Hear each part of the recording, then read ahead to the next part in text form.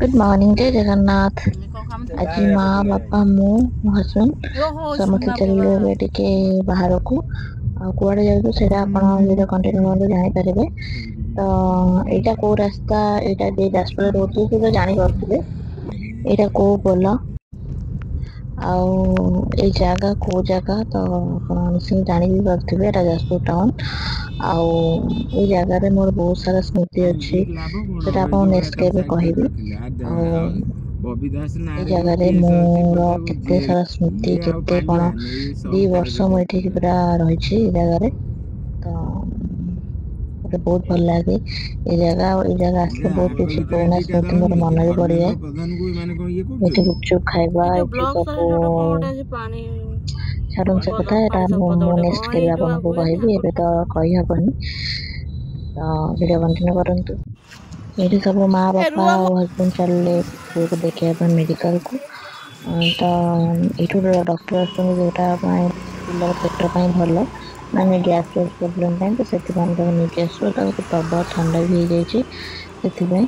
ତ ସମସ୍ତେ ଆଗରେ ଯାଉଛନ୍ତି, ମୁଁ ପଛରେ ଯାଉଛି, କାହିଁକି ନା ମୁଁ ତ ଟିକେ ମୋ ଦେହଟା ଟିକେ ଭଲ ନାହିଁ ସେଥିପାଇଁ।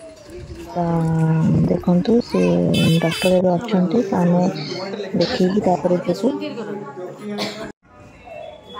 ପୁଅକୁ ଧରିକି ମୁଁ ଏଠି ବସିଛି, ଆଉ ବାପା ମା ଯାଇଛନ୍ତି ତାଙ୍କୁ ବ୍ଲଡ ଦେବା ପାଇଁ, ଯେହେତୁ ସୁଗାର ପ୍ରୋବ୍ଲେମ ତାଙ୍କର ଅଛି ସେଥିପାଇଁ ସେ ଯାଇଛନ୍ତି ବ୍ଲଡ ଦେବା ପାଇଁ। ତ ଆମେ ସେଠି ଦେଖିକି ଆସିଲୁ, ଡକ୍ଟର କିଛି ମେଡିସିନ ଲେଖିଲେ, ତ ଆମେ ଜଗନ୍ନାଥ ମନ୍ଦିରକୁ ଆସିଲୁ ଜଗନ୍ନାଥ ଦର୍ଶନ କରିବା ପାଇଁ। ଏତେ ଦୂରକୁ ଆସିବୁ ଆଉ ଜଗନ୍ନାଥ ଦର୍ଶନ ନ କରିକି ଯିବୁ ଏଟା ତ ସମ୍ଭବ ନୁହେଁ ନା। ତ ତାପରେ ଏଠି ଏତେ ଭିଡ ଥିଲା ଟିକେ, କଣ ପାଇଁ ନା ଜଣେ ଆସିଥିଲେ, ତାଙ୍କର କଣ ଅସୁବିଧା ଥିଲା, ତାଙ୍କ ଦେହର ପ୍ରୋବ୍ଲେମ ଥିଲା, ତ ସେଥିପାଇଁ ଆଜି ବହୁତ ଭିଡ ଅଛି ଜଗନ୍ନାଥ ମନ୍ଦିର। ତ ବାହାରେ ଜଣା ପଡୁନି କିନ୍ତୁ ଭିତରେ ଦେଖିବେ ଆପଣ ବହୁତ ଭିଡ ବି ଅଛି, ମାନେ ବହୁତ ଲୋକ ଅଛନ୍ତି ତା ଭିତରେ। ଚାଲନ୍ତୁ ଦେଖିବା।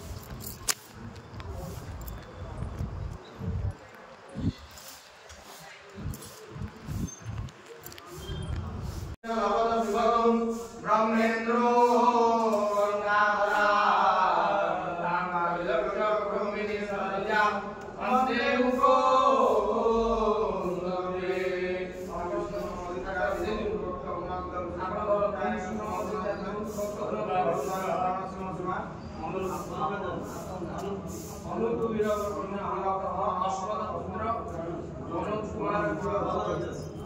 ତାପରେ ଏପଟେ ଆସିକି ମହାଦେବ ଦର୍ଶନ କଲୁ, ଯେହେତୁ ମୋ ବାବା ମୋ ପାଇଁ ମାନେ କୁହନ୍ତି ନା ମୋ ବାପା ମା ଯାହା ମୋ ବାବା ସେଇଆ ମୋ ପାଇଁ, ତ ମୁଁ ତାଙ୍କୁ ସେମିତି ହିସାବରେ ହିଁ ପୂଜା କରେ। ତ हे भोला ଏଇଟା बाबा, ହଉଛି हे ବାବା मुक्तेश्वर, ମୁକ୍ତେଶ୍ଵର बाबा ମନ୍ଦିର। मुक्तेश्वर, हे प्रभु। ଚାଲନ୍ତୁ ଯିବା ଭିତରକୁ। ଯେହେତୁ ଏଇଟା ବନ୍ଦ ଅଛି, ଆମେ ଟିକେ ଲେଟରେ ବି ଏବେ ଆସିଲୁ ସେଥିପାଇଁ।